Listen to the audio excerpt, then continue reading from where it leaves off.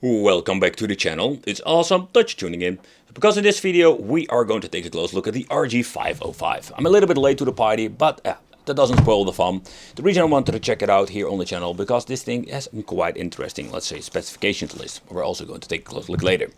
So this is more, in my opinion, the answer to the Retroid Pocket 3 Plus. For the people who didn't see my video, that is more like a system that is quite like it comes with a very nice price, but it has so many cool features, even with touchscreen and everything else. But of course, Anbenic needs to have like an answer to it, and they released this particular model, the RG505. Inside the box, we're just going to get ourselves the wipe, the screen protector, nothing very interesting to be honest. Then we're going to get ourselves over here the cable. Come out. There we go.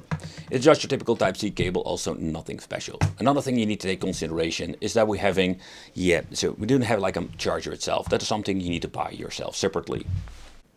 Okay, so the Anbernic itself, I must say that I am not really like a fanboy, but I do like the products they are releasing in the last couple of years. But they have released a lot of them. And one of the reasons I really love the Anbernic, you have like different colors and also different editions.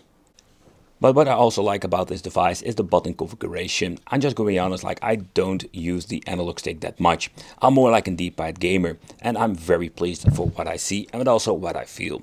They do have like not like a very big curve in the D-pad itself. It's more like a flat model, but the touch in general is very nice. At the left and also at the right, we're going to get the same kind of a joystick. It's more like the Nintendo Switch version, but when you're looking at the height of it, it has been placed in a certain position. I want to say that I'm going to find this like super comfortable. I have personally never liked it when they're going to put like joystick in this position. Then we're having the ABXY, and the button touch itself is very nicely. At the right we do have like extra additional buttons.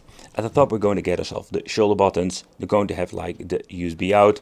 Then over here we're going to even having a headphone jack out. At the front we're also going to get ourselves the select and start, just the plastic buttons. I guess I remember with the Retroid Pocket we had like weirdly like two like buttons at the top. They were not like volume, but they were like the select and start. A very strange thing I could never used to.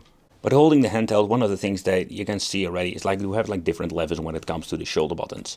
And that's something they're trying to improve. You know, like I did complain a lot of it with the previous models where everything was like the same kind of level. And it's quite difficult to touch.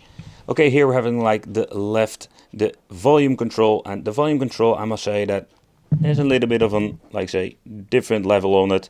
So I don't really press it that like accidentally, like when holding the device itself.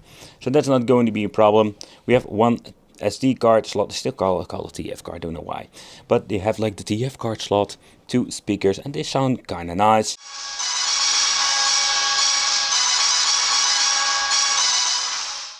And then of course we're having the on-off switch over here. So that's basically everything that we're going to get when it comes to the controls and everything. So let's power on this bad boy and I'll show you the software itself. So the device itself runs basically on Android. Think about your smartphone.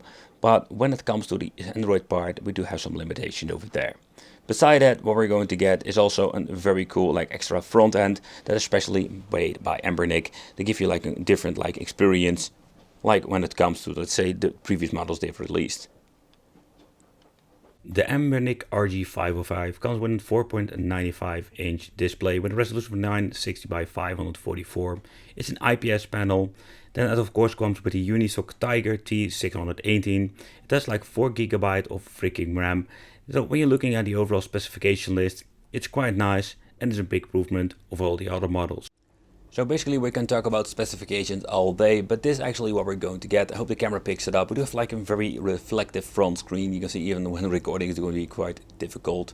But and again, that gives you like a great example like how great this display is. But the only thing is that we have like a border around this.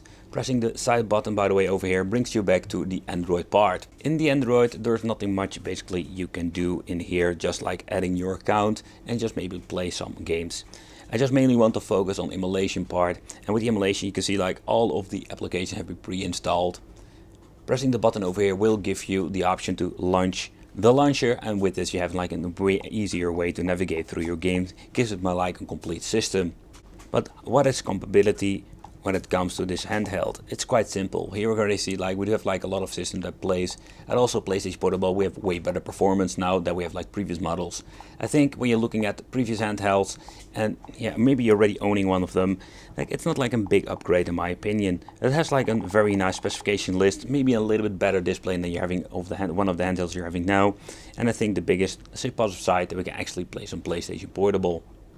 But getting into a menu, for example Dreamcast, pressing A, here we're having like the menu where you can just quickly boot up a game. But I don't really like the way how it looks. It doesn't look like really fancy with a very nice, cool looking, let's say, menu. It's kind of basic, but it does the job. Okay, but when you're actually going to play some retro games, we do have like an amazing performance. It has an amazing audio. Absolutely great. But let's start with Dreamcast. So with the previous handhelds we also had the option to play this, and if you're going to combine it with the right emulator, you're going to get it even like in higher resolutions if you really care about something like that. There we're going to get like the biggest difference. The games run really smooth on this now. And this is absolutely a great addition to the RG505. Let's go a little bit back in the time with some older emulators. Of course, with MAME we do have like a lot of different like devices can actually play this. So I think if you're going to search for an handheld that actually can play some arcade MAME, beside having of course the situation going on with Killer Instinct, because that game is way more demanding and will not run on most of these handhelds. The unfortunate thing is with Mortal Kombat 2 we don't have any shadows whatsoever. So that's like a problem we did see a lot. Unfortunate. So this emulator runs with the RetroArch backend. So what you can do basically is like making even a quick load, quick save if you want to by pressing and select and start combination. So that's pretty damn cool in my opinion. But of course if you want to go out you can use the side button over here, or you can just use the emulator to shut it down. Okay, so let's take a close look at some gameplay over here. And when it comes to, let's say, F-Zero and a lot of different games, it's quite difficult to just like get a good emulation performance. It's not perfect, depending like how we're having a certain kind of emulator combination with a file, because I did hear some minor stutters. This is a great example, I just wanted to show you. So maybe with some tweaking we can some better performance with the character select screen, or car select, depends on how I want to look at it. Well, actually we're going to play, we do have like a great performance. D-pad doesn't work, we need to use the freaking analog stick.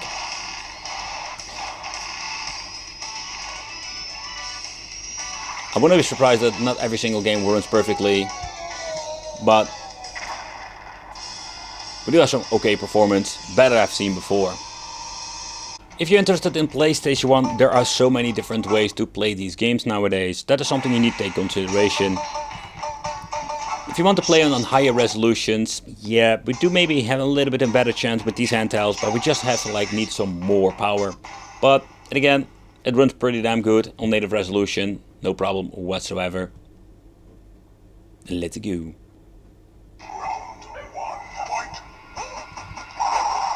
Oh, I messed it up. Yep, I messed it up. I really love the D-pad of this thing. It's great. It's very responsive.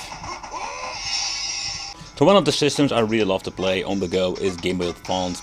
And you can play this on so many different devices now, so you would not really say pick particularly this RG505 for a Game Boy Advance gameplay session. But it looks really nice on it. We do have like some black bars, basically getting the better resolution, that it doesn't look like weird, like stretched out. But another thing, if you're going to pay a little bit more money with like an Anbenic device like this, you do have like an amazing sound quality. The sound that is even not that great on the Game Boy Advance original.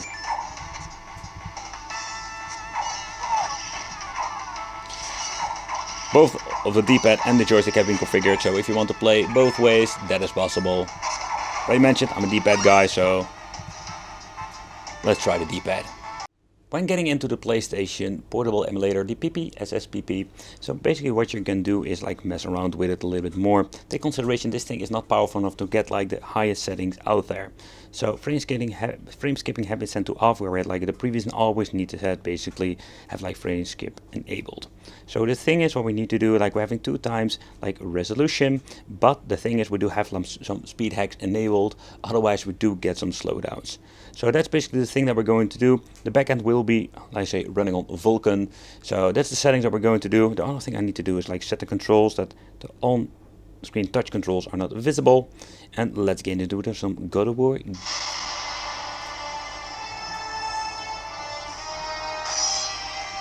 Bam, bam, bam.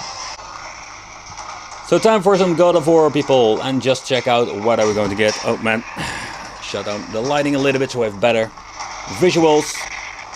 You can still hear and also see that we have like some minor dips over here. It will dip down to 48, but the performance and overall is so much better. We have set it to 2x resolution, so the resolution, everything looks a little bit better and sharper. Take consideration if you're going to put it back to original or just 1. You're just going to get even more and better performance, but I think it's playable. Only God of War does have a little bit of a struggle here and there, but here you're going to play different games, we have like even better performance. Let's slice and dice, baby, come on. If you're naughty, you're going to spank, because I am the God of War of kinkiness. Ooh, come on. Hoopa. You have been naughty, you have been naughty. Everybody has been naughty here. But why not try a different game? And I will show you what I mean when it comes to overall performance.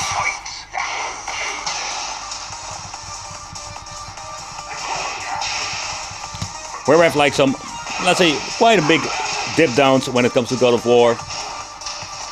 Tekken learns so much better, and it will be implemented with a lot of different games that have the same kind of results. So it's safe to say that a lot of games can be played on nice resolutions on the retro game system 505.